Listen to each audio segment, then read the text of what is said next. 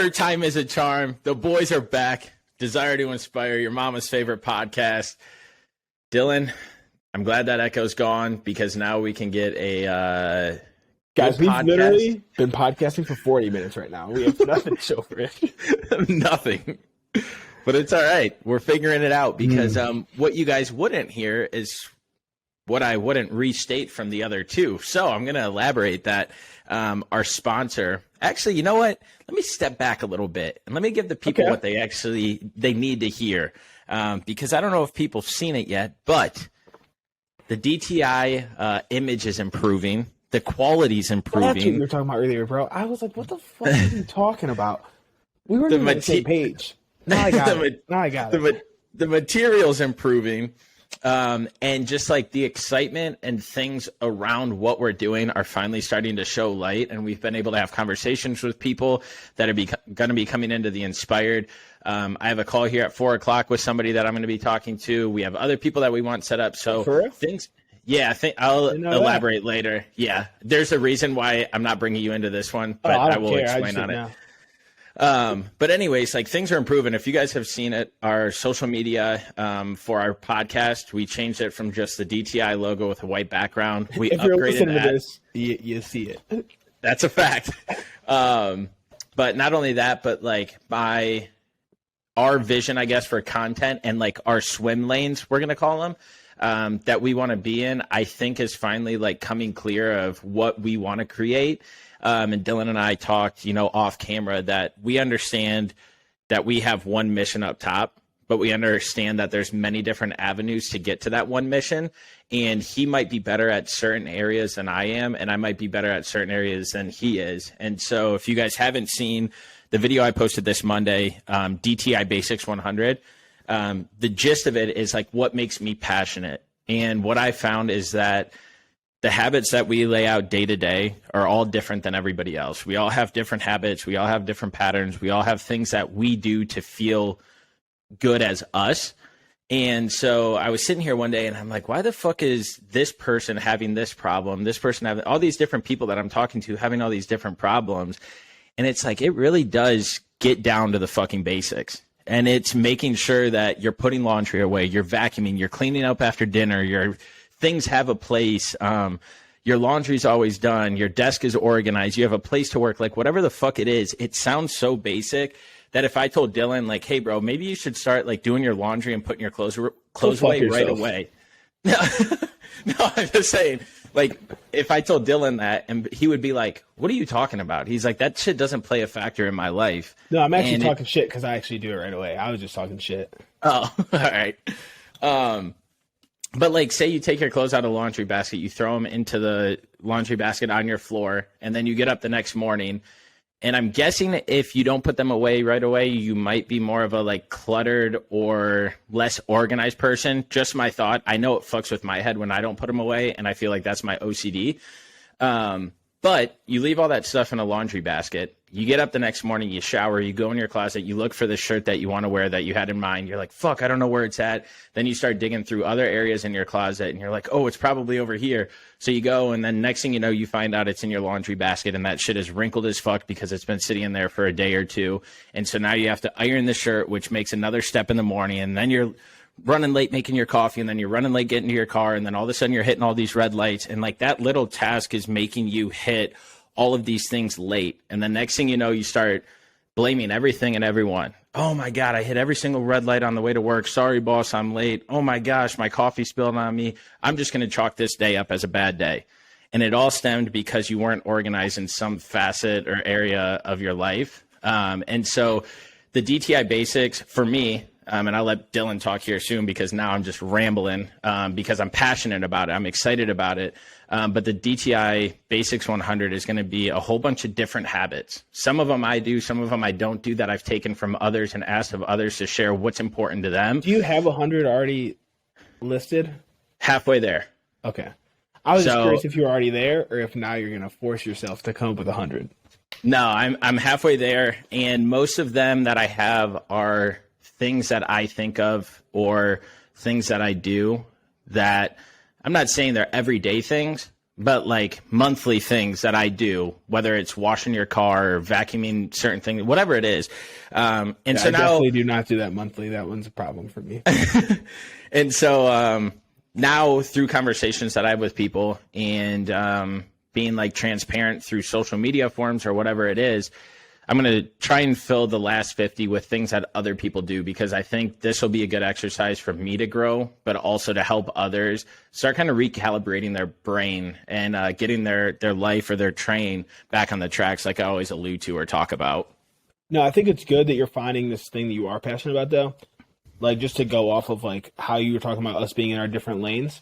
I think that I'll just say the last year, we were very focused on like, let's both figure out how to pretty much do everything. And like, there are times where like you would want to know how to edit the podcast or edit clips or do this and that. And something that Nick Bear talks about a lot is like staying in your lane of genius. Like, when you know what you're good at and you can execute on it, why wouldn't you just double down on that thing instead of trying to go learn this thing that you don't know? Because all it's going to do is take more time away. And if I can do this thing and you can do this thing, then we're going to be just as productive. But if we're both trying to learn what the other one does, now we're really taking steps backward, because when we could both just go all in on the one thing, then we're going to be fucking going in our own lane and we'll both be going 100 miles an hour. Whereas if we were trying to cross paths, we're going to be fucking weaving in and out, going all types of different speeds, and probably take longer to get to the goal that we actually want to be at. So I think that, granted, we're only a month into the year, but already we've been a lot more focused on like, what do we not even want to do, but like, where are we good at? Like, where is the spot that we can contribute the most? Yep. No, I like how you put that, because I wanted to learn how to edit this and how to do this and how to do all these things, because in my mind early on, it's like, fuck, I don't want Dylan to think that I'm not putting the effort in. I don't want Dylan to think that I'm not this. And then you come together and it's like, fuck that. Like, we came together to create this thing that we both believe in for a reason. And there's going to be times where you work harder than me and I work harder than you. But guess what? While you're working on that thing, I'm working on something else that's going to help launch the brand forward or content or whatever it is.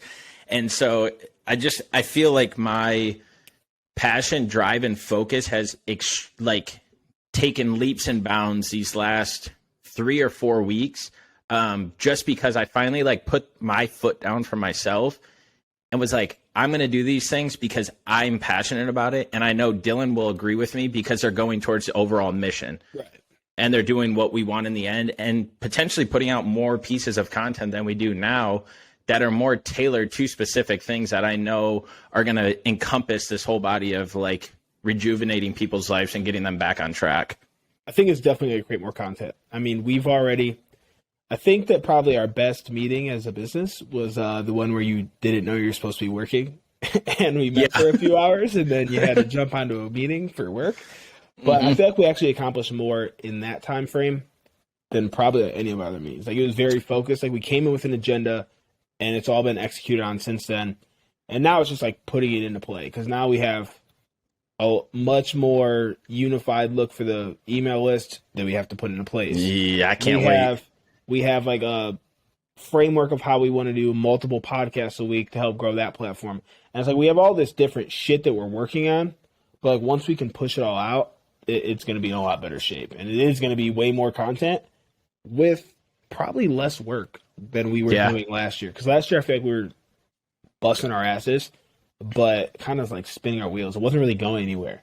And now I feel like the stuff that we're doing, and I think that just ultimately comes down to us knowing our vision now and like really honing in on what the fuck do we want to do. And now everything is driving in that same direction. Yeah, it was almost like I'm going to use this as an analogy, but it's almost like last year we had to take the sticky note approach, where it's like, we know we want to focus in these areas. Oh, and this looks good in this area. This looks good in this area, this. And now we're going through and we're actually like being able to build some sort of structure around it. And it's like, all right, we got the podcast up and running, and that's what's important, because now people can hear our message and get it. It doesn't matter what that fucking little logo looks like for it right now. We need to show people that we're going to be consistent and we're going to keep putting content out. Yeah. And so like now, again, using a new platform that we're using now, or like testing out to see if we like it, increasing the like quality of the logo that we have there for Apple Music, Spotify, all that stuff. And You can even go down the path of like the content things and the realms that we have, using different cameras, thinking of new ideas. And then we have like the in-person stuff with like the Spartan race and the combine that we have coming up in 2 weeks. Well, I guess that's what we'll call it, or strongman, whatever, in 2 weeks. Combine sounds cool. It makes me feel like an athlete. Yeah. But again, it's doing all those things, but it's, instead of temporary stuff, we're making it more like solidified and permanent. Which I think is driving that passion behind it. Because, dude, talking to people that you didn't once know that now know you for the message that you're putting out, and just getting that like clarity that it is at least hitting somebody, and it's hitting somebody new every single day.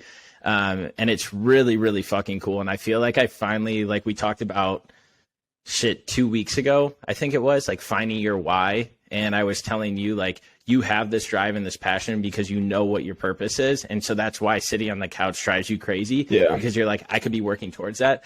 I feel like I knew what mine was, but I feel like now I just have that like driving force behind it because I know how to execute on it. Yeah. And it's like, it's going to be game over, because now after clearing all that land and everything, now we can finally start like building a platform or a little slab that we can start building this, empire on that we want to, essentially.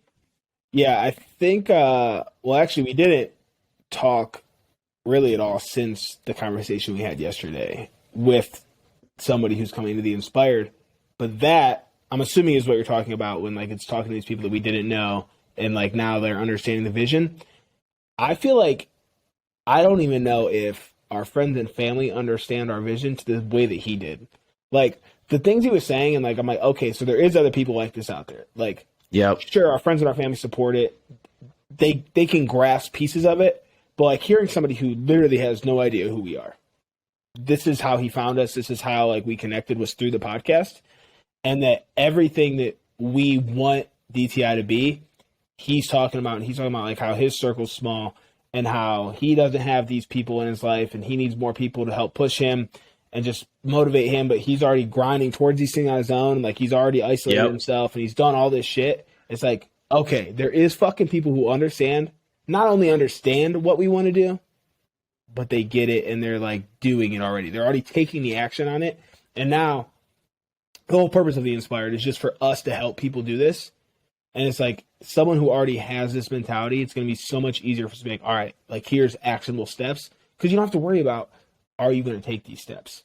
Where a lot of the people that we've coached in the past, and a lot of people we probably will coach, you're always going to have that hesitation. Like, are they really going to do this? Like, I could fucking tell you something to you, I'm blue in the face. If you're not going to take action on it, then I'm wasting my fucking breath. And I'm not, honestly, if you're not going to do it, eventually I'm just going to be like, look, like, I'm not going to keep taking your money. It's pointless. You're wasting my time. Yeah. You're wasting your money. Like, this is fucking dumb.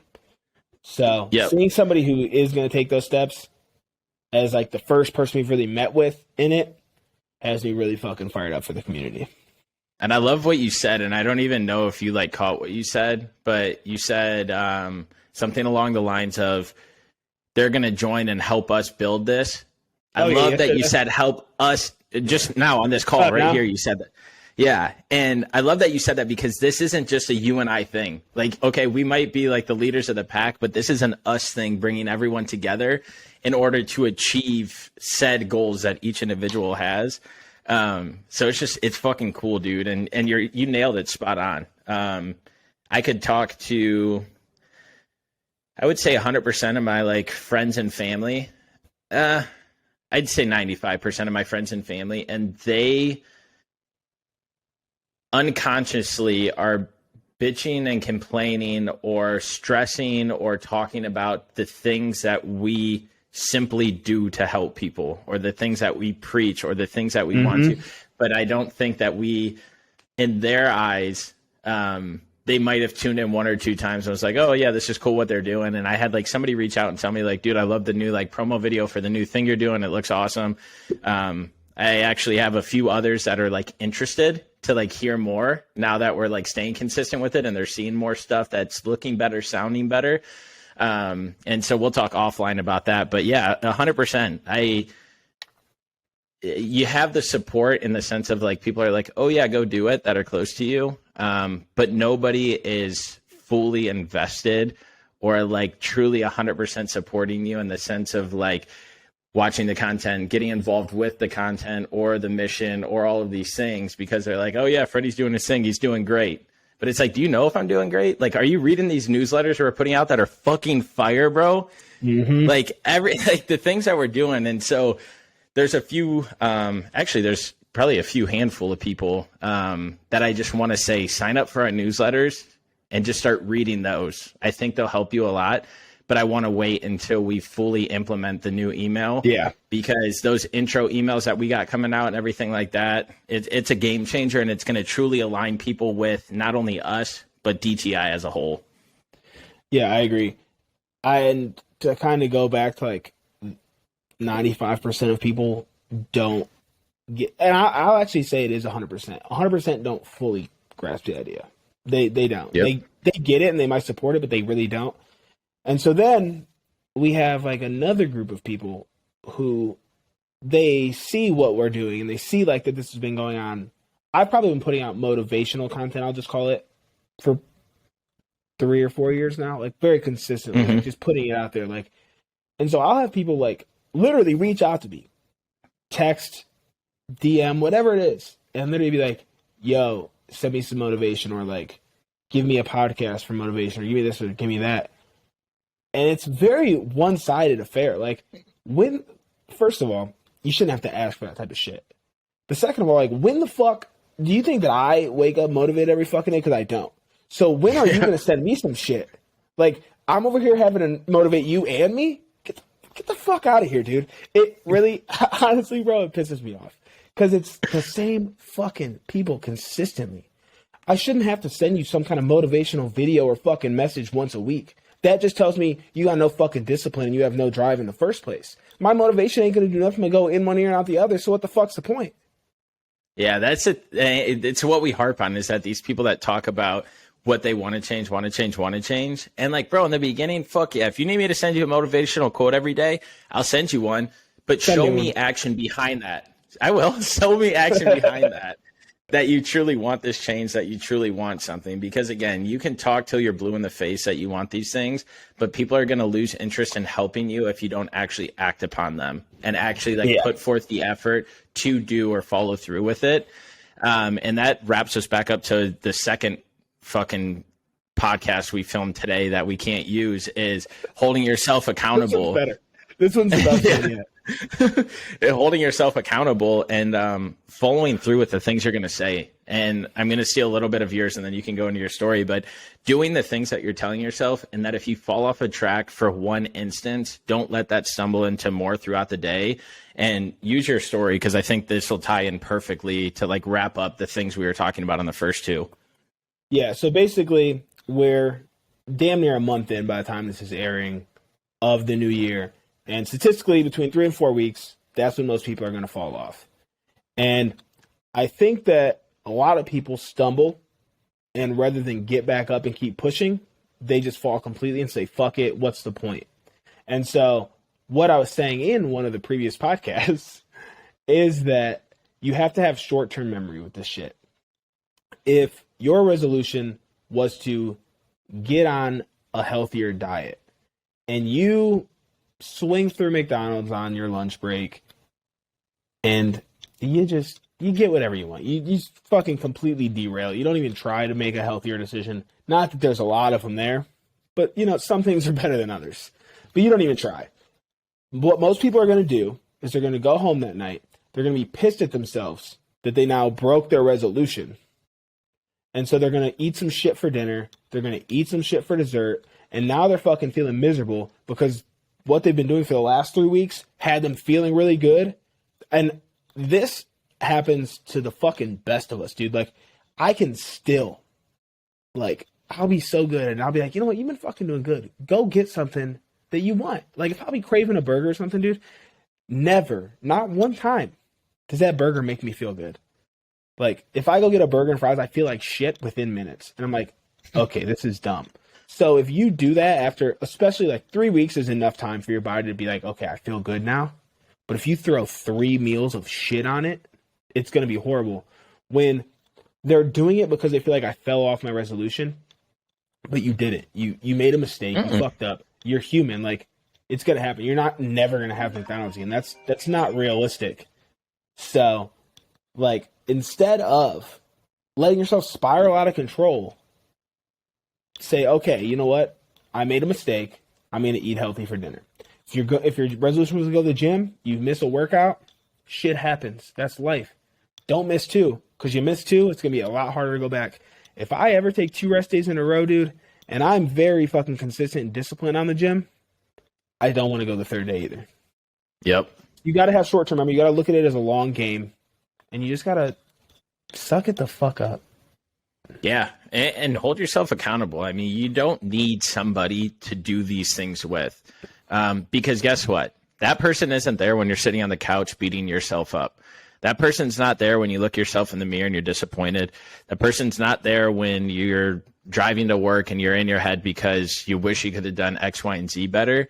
So at some point, you have to own up to what you're doing, and realize that it sounds really fucking good to talk about what you want, but I'm telling you, it feels and sounds a lot fucking better when you actually put the work in behind it. And don't use numerical things as a means of success. And so what I'm going to use this by, since we're on the fast food analogy, and typically you want to eat better because you want to start feeling better, you want to lose weight, you want to have a better mental state, all of that stuff. If you start working out in the first week or two, you are not going to see a drastic change on the scale unless you are doing things wrong. You could see a drastic change, but those habits or whatever you're trying to enforce in those first 2 weeks are not sustainable the rest of your life. And so if you do this stuff right, it gradually falls off. And so where I'm getting at is, don't let the scale dictate the success of what you're doing. So if you step on the scale and you're disappointed, step back and truly ask yourself, like, how do I feel when I get dressed? How do I feel when I sleep? How do I feel throughout the day? Am I crashing or am I staying awake? Am I smiling more? Am I doing all of these things that maybe aren't affecting me on the scale, but like overall life quality, they're showing the success and what's coming. And then realize that once you start sleeping better and you start eating better and you have more energy and your views start to change, you're not talking bad to yourself. All of those things are going to keep you going to be able to lose out that weight.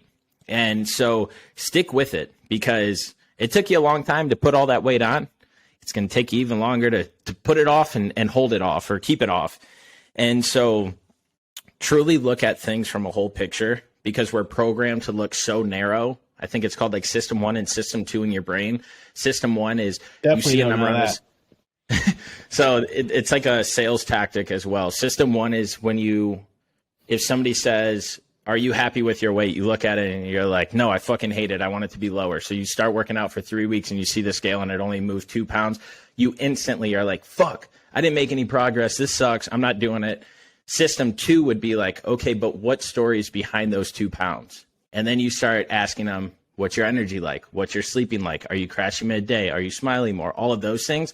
Then they start thinking. So like system 2 is complex thinking in the sense of like analyzing stuff and all the other areas around you. And so know that the change is never going to come as fast as you want it. But when it starts to get harder, you're almost to the top of the hill to then be able to go down. And when it gets hard again, you're going up a hill and you're almost to the top and going to go down again when it gets a little easier.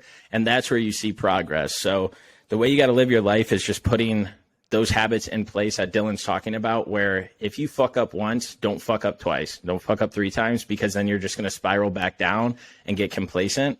It's about, all right, owning up to it. I fucked up. What am I going to do to hold myself accountable? And what can I do to make sure that I don't do that again? And that's putting those little habits in place. Maybe you don't take that route to work anymore. So now you're not passing that McDonald's. Maybe you do other things. I don't know, whatever. I could get into it, but what I'm pack a lunch. Yeah. So all of those things. So don't think so narrow in whatever journey it is on life. Happiness, weight loss, relationship, whatever the fuck it is. Realize that all this shit takes time and like there's kinks to be rolled out. And so like take those and embrace them and be like, okay, how can I change the situation? because it'll never get better if you constantly beat yourself up. Put the right energy out to the world. Yeah, life isn't linear. You're not going to just go straight up or even straight across. Like, if you feel like you're in a good spot, you're never going to stay like this. It's up and down constantly. And I don't remember where I heard this one, but I want to say it might have just been like a fucking reel or something. But somebody's saying like, in this constant state of, like, people want to be in this constant state of happiness. And if you look at, like, if you're in the hospital and it's a flat line, that means you're dead. Like, you're never going to be in one emotion. Like, you need these ups and downs and, like, different things in life. That's what keeps you alive. And, like, lets you know that you might be down here, but like you said, the next thing is fucking coming and you're going to be right back at the top. I like that. I like that a lot. Yeah, I mean, that's life. I mean, we all go through those trials and tribulations when we're headed down the wrong path. And then we finally hit that fucking bunker that catches us. And we're like, oh shit, I need to run back up that hill. That's a steep hill. But you can make that steep hill seem a lot less steep when you break it down. And it goes back to the analogy that we preach, or I preach all the time, of what the fuck is a picture that you want to paint? And then step back from it, look at it, and be like, oh shit, how do I accomplish this? And just set actionable, tangible, realistic habits, and it'll come to you. It won't take as long as you think it. Yeah, it's literally that simple. I'm not saying it's easy, but it is literally that simple. It ain't fucking easy, that's for sure. Well, we're an hour and a half into podcast, and I feel like we finally got one. Yeah, we did finally get one. There is one more thing that I want to touch on, because I was beating myself up today. Okay. Over the dumbest shit, bro. I'm getting in my head asking myself, like, am I a good friend? Or, like, is my directness and my approach on life with being real with people, does that give them a bad view of who I am? And so I don't know why I started to go down this path, but I was sitting here thinking, and I was like, most people don't say half of the things I say to my friends. And some of them are good, some of them are bad. But I think the only time they get misconstrued where, oh, he's a dick, or, oh, you could say that differently, is like my bluntness. And it goes back to like I think it was the second podcast we filmed today. What we were talking about with David Goggins, about how he's like super direct, and he has a very like aggressive demeanor towards saying, you're a bitch, you're this, blah, blah, blah. I don't ever phrase it that way, but I think sometimes I catch people off guard, because if they're like, hey, do you think I'm, losing focus or slipped up on the weight loss or whatever it is? And I'll be like, I do. And usually they don't want to hear that. If you don't want the truth, though. Yeah. Like, what, are you trying to even lie to you? Because that ain't going to fucking happen. Yeah, and so I feel like I was getting in my head, because I like sometimes am honest and truthful with people, and I don't think that they want to hear that. But I came to the conclusion that, I will never change who I am to please other people. I am me for a reason, and I feel like people's energy gravitates towards me because I do give them real, authentic, my view, whatever it is, on things.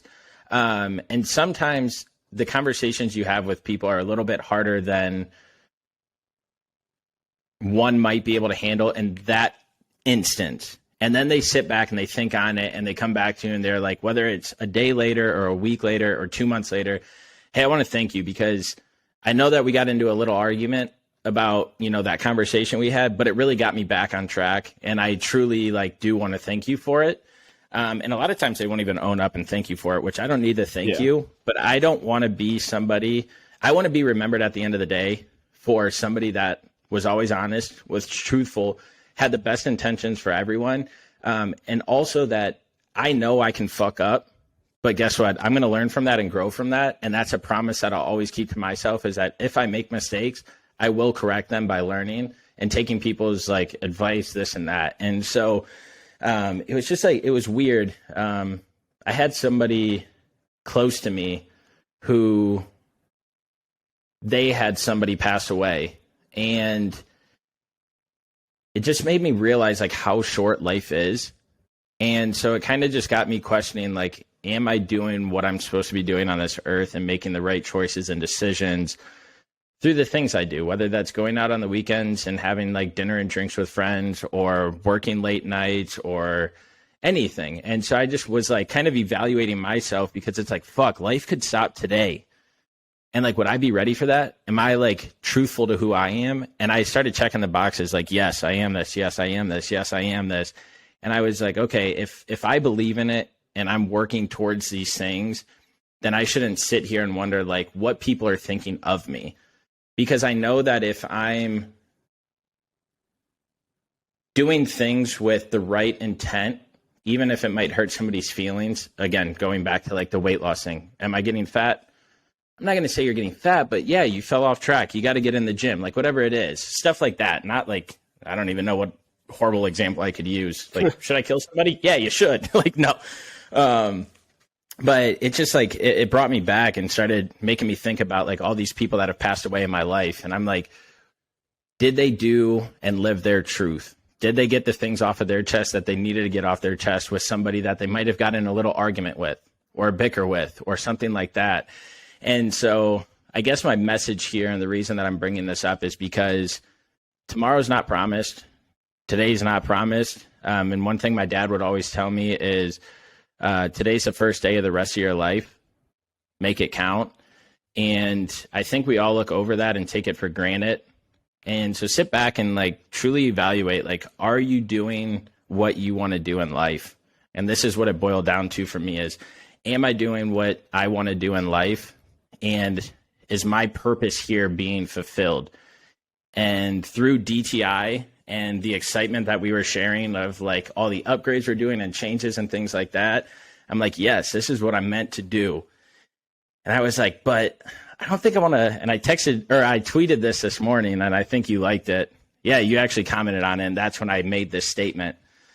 But I was like, you know, you hear all these people that are up and coming entrepreneurs or motivational speakers, and they're always like, I want to impact the younger generation. Doing it for the younger generation to show them that what I didn't have, they can have, and all this stuff. And I kind of think I want to do it for the older generation. I'm sitting here, my mom's getting older, my granny's getting older, your dad's getting older, my uncle is. All these people that mean so much to me, bro, are getting older. And I feel like we're at that age where it's credible to give them advice and things they can do to better them. Mm-hmm. But how do you get that through to the people that you love? And so like I don't even think it's like about how do you get it through to the people that you love. I think it's how do you get it through to somebody who thinks they're on the back end of life.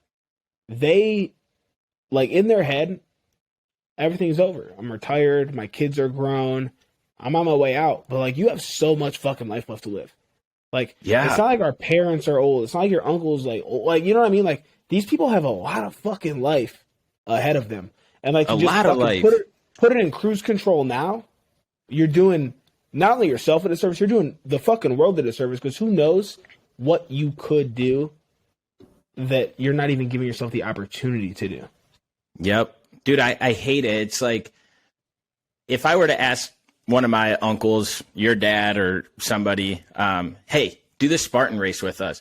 Man, I'm 55 years old. I'm 60 years old. I ain't doing no Spartan race. I can't do that. And it's like, maybe it's the reason that actually, I'm going to back up, because this is going to wrap this point up fucking to the T, is that Dana White, owner of the UFC, or one of the owners of the UFC, had this guy come in and do an assessment on his health. And a long story short, the guy that did the assessment can like depict when you're going to like die to the day almost.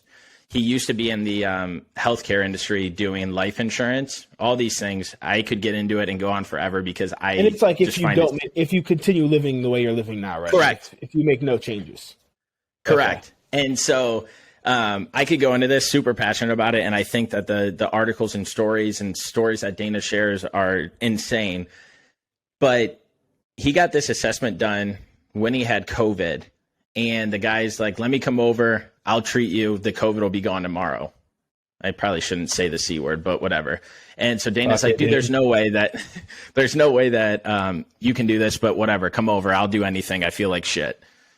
Guy ends up curing him. And curing him as in like giving him something to make him feel better. Yeah. And so then he did this assessment on Dana. And not a vaccination, which we probably shouldn't say that word either. No. And he goes, all right, we're going to get you back on track because if not, in 10 years and 4 months, you're going to be dead.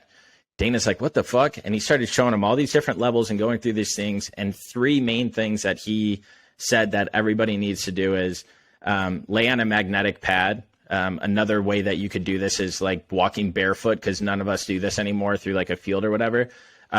Getting oxygen into your system, because like the air that we breathe in, I think it's the saying was the absence of oxygen is the fuel for cancers or something like that, meaning that the less oxygen your cell and body has, the more prone you are to get cancerous bacteria or cells in your body. What does that mean? Like, how do you get more oxygen? There's a machine, and you do light cardio with it, so you could get on a bike. Machine? It's just a face mask, and you do it for like 8 to 10 minutes a day. And so it's not a long thing, but you do that. It's 95% oxygen, and it helps rejuvenate your cells. Hold on. And then the third thing is then getting into one of these red light chambers, which I'll elaborate on. But to do all of these things, and if you start doing these, then and other stuff, you will start feeling better. You'll feel energized, all this stuff. Dana was doing it for like 3 months, and he goes to the guy. He's like, dude, what the fuck do you have me doing? And the guy's like, what? He's like, I feel amazing at 55. I've never felt this way, bro. I'm 55 years old. And the guy goes, no. This is how you're supposed to feel at 55. Mm-hmm. You're not supposed to feel the way you were, blah, blah, blah.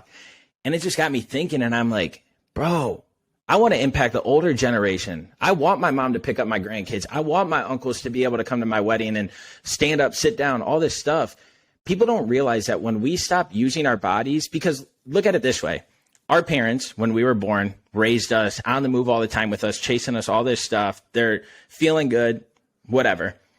We get older. Hey, go grab me that beer out of the fridge. Hey, go pick up the leaves outside. Hey, go do the laundry. Next thing you know, they're pawning stuff off on us, so that way we do it. So we're young. We got all this energy. We're knocking it out. Meanwhile, they're sitting back and sitting on the couch or just walking around the house, not doing much up and down motions. They're not doing anything, bro.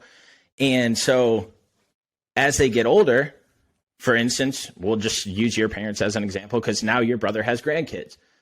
So now your brother's like, hey, go do this. Your dad's like, hey, go do this to the little kids. Now they're really just sitting there. And people don't realize that when you stop using your body, when you stop lifting things up, when you stop sitting and standing and like doing that motion of a squat, you start losing all of that muscle in your muscle. You start losing all of that muscle, and you're not able to perform. Yep. And you're not able to perform those tasks. Where if you keep your body fucking young, in the sense of like working out, eating healthy, getting the right vitamins, all of this stuff, like you shouldn't have to feel that way at 40 years old. You shouldn't have to feel that way at 45 years old. It's almost like we start hearing it at 30, and people are like, oh, fuck, I'm 30, bro. I'm old. Wait till you turn 30. Like, all the time. Like, and it's wait till I turn 30. Mm-hmm. I'm in way better shape now than I've ever been, and I'm pushing 30 here this year.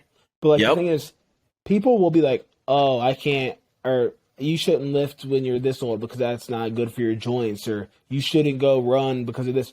Not doing these things is bad for your fucking joints because they're getting no work. Like you don't ever see a dude who it always comes back to like that dude looks good for 70. You know why? Because he's been fucking active for the last 50 years. Like he never stopped. And dude, that's why they're way healthier than you are. Yes, I remember meeting my my one aunt Rachel, her father. When my uncle remarried, I remember meeting him, and I met him when he was probably 65, I would imagine at the time, somewhere around there. And he was telling me that he just got done biking like 70 miles or like 120 miles. And I was like, you're biking how much? At what age? And everyone's like, can you believe it? He biked 120 miles and he's 65 years old. That's how I'm like, I want people to be like, can you believe it? Yeah, right. And like, so back then I was so naive and didn't know anything, but like he kept his body in that shape to be able to do that. And the second he stops doing that, he's going to start feeling the repercussions of it. And because he's kept his body active, because he kept it fueling, he was able to do all of these things at an unheard of age to ride 100 miles, where it shouldn't be unheard of, bro. Life should not end when you hit 35. And by end, I mean just like, oh, this hurts and that hurts. Like, dude, Austin is another prime example of somebody that has like a disability, and everybody put in this category of like, you can't do X, Y, and Z.